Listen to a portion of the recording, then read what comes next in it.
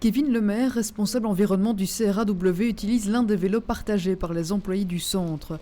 Le personnel a décidé il y a 2 ans de faire des efforts pour réduire son empreinte écologique. C'était tout d'abord une démarche un peu spontanée du personnel. Un premier groupe de personnes s'est formé. On a fait une enquête au niveau du personnel pour un peu voir les attentes des personnes. Et on va entamer une phase de groupe de travail parmi les différents bâtiments. Outre la mobilité, la réflexion en faveur de la durabilité est présente dans de nombreux domaines. Nous faisons appel à des ressourceries pour la gestion du mobilier usagé et des équipements électroniques usagés. Nos entreprises de collecte ont un système de management de l'environnement certifié. Les déchets organiques sont récoltés, ils servent d'amendement pour les 300 hectares d'essais. Des haies ont également été plantées. On fait la promotion évidemment de la biodiversité, d'ailleurs on a des vergers conservatoires à ce titre-là. Et donc depuis quelques années nous avons planté environ 700 mètres de haies avec une 60aine de plants d'espèces indigènes et notamment des anciennes espèces. Voilà quelques-unes des actions du CRAW en faveur d'un développement durable. Le Centre de recherche agronomique veut à présent atteindre les 17 objectifs de développement durable des Nations Unies. Ils concernent aussi bien le respect de l'environnement que la réduction des inégalités, l'éradication de la pauvreté, l'éducation et l'égalité des sexes.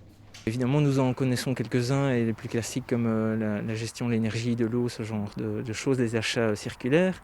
Mais évidemment, tous les autres objectifs nous sont plutôt inconnus. Et donc, dans ce cadre-là, un accompagnement nous paraît tout à fait justifié pour voir ce que l'on peut faire à notre échelle. Le CRAW fait donc partie des 30 organisations qui vont bénéficier d'un accompagnement en 2021 grâce à la région wallonne. L'objectif est de définir une feuille de route, une stratégie de développement durable pour que le CERA puisse l'appliquer par la suite.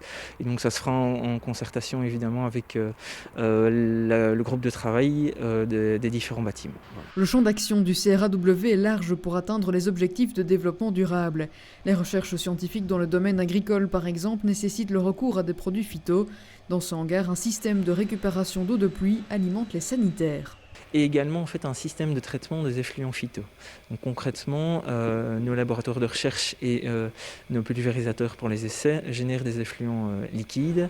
Ces effluents liquides en fait sont récoltés dans l'évier derrière moi, sont ensuite envoyés vers une cuve tampon et suite à cette cuve tampon en fait elles vont être évaporées grâce à un appareil, ce qu'on appelle un évapophyte.